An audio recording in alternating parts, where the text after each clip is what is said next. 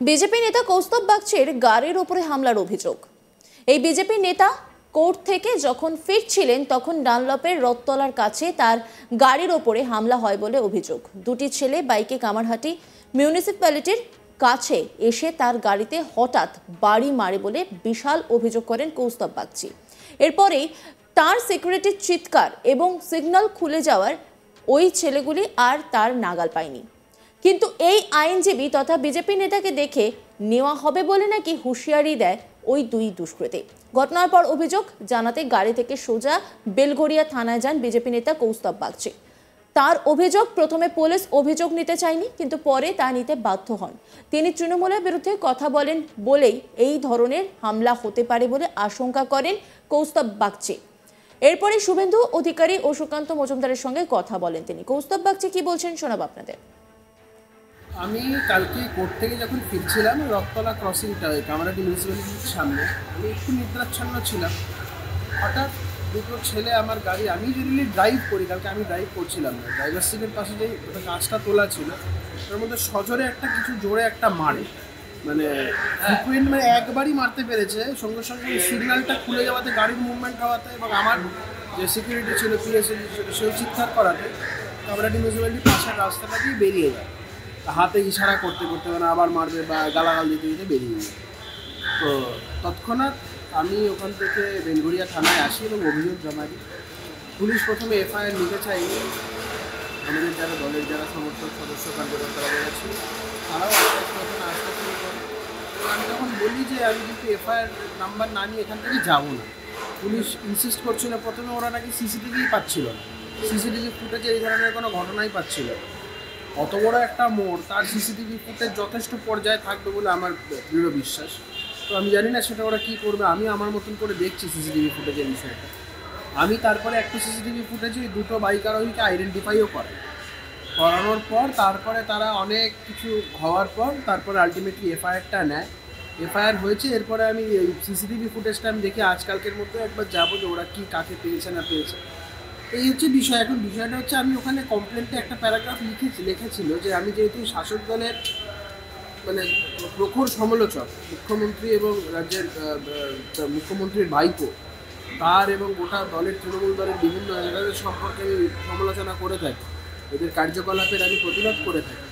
তো সেই ক্ষেত্রে চক্ষুশীল হওয়ার কারণে আমার মনে হয়েছে এদের অতীতেও যখন এই মমতা বন্দ্যোপাধ্যায়ের বিরুদ্ধে সোকল্ড ওই কমেন্টের জন্য, যদিও আমার কোনো মমতা বন্দ্যোপাধ্যায়ের বিরুদ্ধাচরণ করা বলে আমি মনে করি না, একটা বইয়ের তথ্য তুলে ধরেছিলাম। সেই সময় তো মদন মিত্রর মতন মানুষ সেই সময় বলেছিলেন যে বুঝে নেওয়া হবে, মেরে দেওয়া হবে, কোমর ভেঙে দেওয়া হবে। আমি জানি না এখন মদনবাবু কামারহাটি বিধানসভার এমএলএ, ওই সময়কার বলার এর সাথে কোনো কানেকশন আছে কিনা আমি বলতে পারবো না। তো সবটাই দেখা উচিত বলে আমার মনে হয়, সব অ্যাঙ্গেলগুলো দেখা উচিত। আপনার দল এই ব্যাপারে মানে এটা কি রাজনৈতিক? আমার সাথে এই বিষয়ে রাজ্যের বিরোধী দল নেতা শুভেন্দু অধিকারী মহাশয়ের কথা হয়েছে, বিজেপি রাজ্য সভাপতি সুকান্তবাবুর সাথে কথা হয়েছে। সবাই বিষয়টা জানে, সবাইকে আমি জানিয়েছি, এফআইআর কপিটাও সবাই পাঠাতে বলেছি, তারা তাদের মতন করে দেখবে বিষয়টা। এটা কি আপনার মানে রাজনৈতিক পালাবদল বা আপনি অন্য দলের বিরোধী দলের একজন অন্যতম কর্মী বা বলা যায় যে সক্রিয় একজন সদস্য কর্মী, সেই জন্যেই কি বারবার আপনার উপর এই রাজ্যে তৃণমূলের বিরুদ্ধাচরণ যারা করবে, সরকারের সমালোচনা যারা করবে, যে কোনো বিরোধী রাজনৈতিক দল বলুন, সাধারণ মানুষ বলুন, এদের অত্যাচারের কোনো সীমা থাকবে না। বিরোধী রাজনৈতিক দল করতে গেলে বা এর বিরুদ্ধে কোনো কথা বলতে গেলে প্রথমে প্রলোভন দেখাবে, প্রলোভনে রাজি না হলে তারপরে মিথ্যা মামলা দেবে, মিথ্যা মামলা দেওয়ার পরে তারপরে ভয় দেখাবে, তারপরে একদম প্রাণে মেরে দেবে। এটা তো এদের একদম ট্রেডিশন চলে আসছে। তো আমার মোটামুটি সবটাই এরা করে ফেলেছে, এখন অবধি প্রাণে মারতে পারেনি, এছাড়া বাদবাকি সব কিছুই করে ফেলেছে। আপনি ইতিমধ্যেই অভিযোগ দায়ের করেছেন, পরবর্তী কি কোনো আইনি প্রক্রিয়া? অলরেডি এফআইআরটা করেছি, এফআইআর যে সেকশন দিয়েছেন সেটা স্যাটিসফাইড নই, আমি এটা নিয়ে লিগালিও মুভ করবো। আমি একটু কথাবার্তা বলছি, এটা নিয়ে দেখি, সিসিটিভি ফুটেজের এটা দেখি, তারপরে সিদ্ধান্ত নেব। বৃহস্পতিবার আদালত থেকে গাড়িতে ব্যারাকপুরে বাড়িতে যাওয়ার সময় তার উপরে হামলা হয়। বিটি রোড ধরে যাওয়ার সময় তার গাড়ির ওপরে চড়াও হয় দুজন।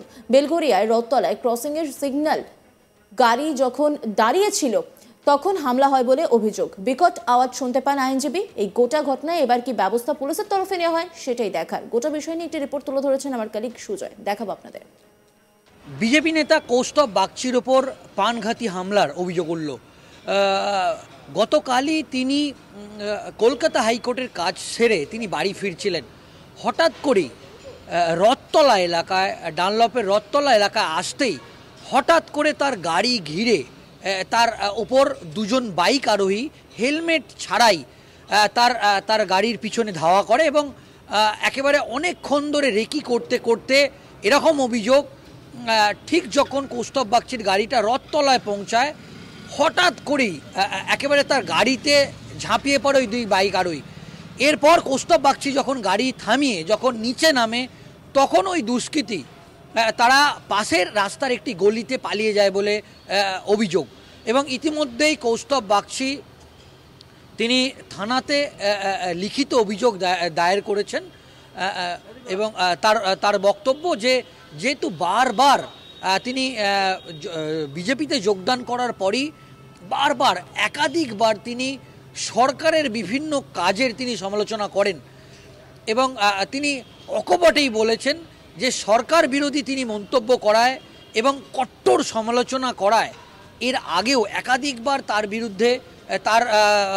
তার বিরুদ্ধে বিভিন্ন রকম দুষ্কৃতিমূলক কাজে চক্রান্ত করেছে শাসক দল, যদিও সেগুলোতে সফল হয়নি।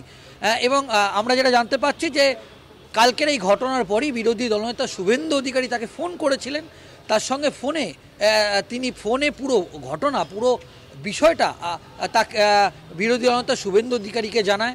অন্যদিকে এই ঘটনার পর বিজেপি রাজ্য সভাপতি সুকান্ত মজুমদারও তাকে ফোন করে তার শারীরিক অবস্থা খোঁজ খবর নেন। আজকে এই ইস্যুতে কৌস্তব বাগচি তিনি বলেন যে দীর্ঘদিন ধরে এর আগেও তার ওপর এইভাবে আক্রমণ করার চক্রান্ত করেছে এবং তার অভিযোগ একেবারে তীর শাসক দলের দিকেই। এবং এদিন তিনি যেটা কৌস্তব বাগচি তিনি বলেন যে তিনি ফিরছিলেন, অন্যদিন তিনি নিজে গাড়ি চালান, কিন্তু গতকাল তিনি নিজে গাড়ি না চালিয়ে তার ভাই গাড়ি চালাচ্ছিলেন এবং হঠাৎ করেই দুজন দুষ্কৃতী গাড়ির যে বনেট আছে সেখানে হঠাৎ করেই আক্রমণ করে এবং এমনকি তিনি যখন গাড়িটা থামান তখনই দুই দুষ্কৃতী তারা গাড়ি নিয়ে পাশের যে রথতলার যে গলি সেই গলিতে চম্পট দেয়। যদিও এই ঘটনার পর ফের কিন্তু তার নিরাপত্তা নিয়ে প্রশ্নচিহ্ন উঠে গেল। আমরা জানি যে কলকাতা হাইকোর্টের নির্দেশে ইতিমধ্যেই ব্যারাকপুর কমিশনারেটের পক্ষ থেকে তার কিন্তু রাজ্য পুলিশ তাকে কিন্তু একটি নিরাপত্তা দেয় এবং তার উপর আক্রমণের ঘটনায় কৌস্তব বাগচির নিরাপত্তা নিয়ে কিন্তু বড়সড় প্রশ্নচিহ্ন উঠে দাঁড়ালো। অন্যান্য খবরের আপডেটের জন্য অবশ্যই নজর রাখুন আজ তাক বাংলার ইউটিউব স্ট্রিমিংয়ে। লাইক, কমেন্ট, শেয়ার করতে ভুলবেন না।